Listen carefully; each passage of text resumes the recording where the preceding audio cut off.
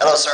My name is Walter Poe, and I want to know, what are you going to do with the veterans that are going to come back from Iraq? The ones that are suffering from PTSD and so forth. And Sojourner's Magazine just this month said that there's going to be thousands of families come back that are going to suffer from this, and the divorce rate is going to increase. So what are you going to do about the families that are coming back and have to deal with their spouse or their loved one that's been in this unjust war? Well, listen, this is something that I've talked about. This is something that I've talked about repeatedly during the course of this campaign. My job as Commander-in-Chief will be to keep you safe. And I will not hesitate to do whatever is required to accomplish that task. I won't hesitate to strike against those who would do us harm. I won't hesitate to deploy our military if it is required to keep us safe. But that means training our military properly. It means equipping them properly. It means putting them on proper rotations.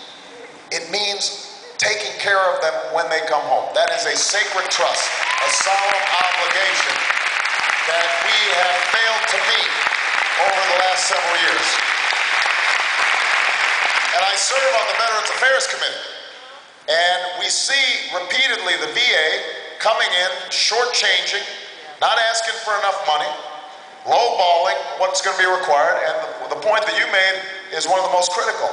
Post-traumatic stress disorder, along with traumatic brain injury, are the signature injuries, along with amputations, of this war. And we don't screen adequately, and when we do screen, we're not giving people the mental health services that they need, and that's why our homeless veteran rate is so high, so much higher than the civilian veteran rate. So, one of the things I've already said is we are going to screen every single member of the military that's discharged. Active duty, National Guard, Reserve. We will provide all of them the mental health services that they require. We've got to help them transition back into civilian life. Part of that, by the way, picks up on the previous question. The GI Bill is inadequate. My grandfather fought in Patton's Army in World War II. When he came back, his entire college education was paid for. All of it. It was fully covered.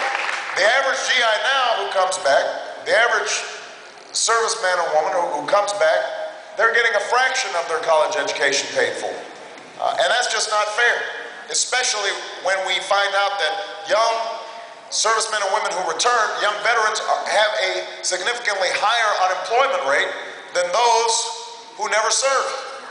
Well, that can't be right. That is a betrayal of the trust that they've placed in us when they signed up. So I want to significantly increase the GI benefit that goes to our veterans. One last point, though, about our troops. Keeping you safe means, remember, training, equipping our troops properly, putting them on proper rotations so we're not straining military families with 3-4 tours of duty. It means treating our veterans properly when they come home. It also means using our military wisely. And the war in Iraq was unwise. That's why I opposed it in 2002. That's why I'll bring it to an end in 2009. And we can start spending the $12 billion. We can start spending the $12 billion per month that we're spending in Iraq.